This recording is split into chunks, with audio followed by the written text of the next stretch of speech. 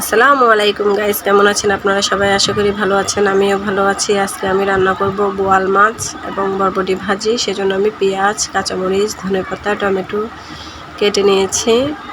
এখানে আমি ভালো করে পরিষ্কার করে বোয়াল মাছ ধুয়ে নিয়েছি। দেখুন বোয়াল মাছের মাথাটা পরিষ্কার হয়েছে কিনা। এখানে বরবটি কেটে নিয়েছি। এখন আমি চুলায় একটা পাতিল বসিয়ে দেব। পাতিলের মধ্যে তেল ঢেলে দিলাম। তেলটা গরম হয়ে গেলে দিয়ে দিলাম পেঁয়াজ, 1 চামচ লবণ। কারণ পেঁয়াজগুলো একটু নরম হয়ে যাওয়ার জন্য একটু নেড়ে দিচ্ছি।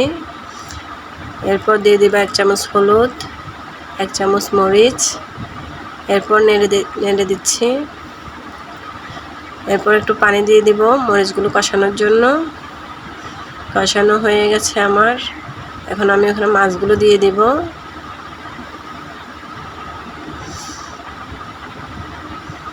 তেলটা দেখুন উপরের মধ্যে ভেসে উঠছে। মাছগুলো দিয়ে দিলাম সব।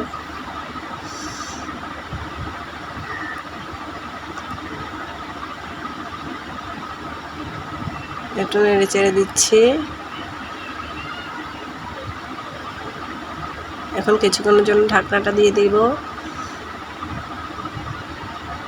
ঢাকনাটা তুলে দেখুন মাছটা আমার কেমন হয়েছে। এখন আর একটু নেড়ে চেড়ে দিচ্ছি। এরপর কিছুক্ষণের জন্য আবারও ঢাকনাটা দিয়ে দিলাম 10-15 মিনিটের জন্য। ঢাকনাটা তুলে আমার মাছটা প্রায় হয়ে গেছে। এখন আমি ওখানে কাঁচামরিচ দিয়ে দেবো কয়েকটা। টমেটো দিয়ে দিব। একটু নেড়ে চেড়ে দিচ্ছি। এরপর আমি ধনেপাতা দিয়ে দিব। দেখুন মাছটার কালারটা অনেক সুন্দর লাগতেছে। আপনাদের কেমন লাগতেছে সেটা জানাবেন কমেন্টে। এখন আমি চুলা আরেকটা পাতিল বসিয়ে দেব বরবটি ভাজি করার জন্য।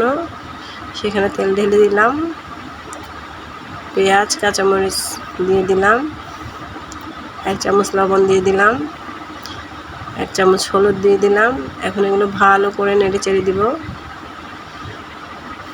দেখুন কালারটা খুব সুন্দর লাগতেছে, হলুদ আর সবুজ। বরবটিগুলো দিয়ে দিলাম কেটে রাখা। এখন একটু নেড়ে চেড়ে দিব। দেখুন সবুজ সবুজ কালার, খুব ভালো লাগতেছে আমার। ঢাকনাটা দিয়ে দিলাম। আবার ঢাকনাটা খুলে আমার বরবটি ভাজিটা প্রায় হয়ে গেছে। এখন আমি নেড়ে চেড়ে দিচ্ছি। কালারটা কেমন হয়েছে আপনারা কমেন্টে জানাবেন কিন্তু। অনেক সুন্দর লাগতেছে আমার।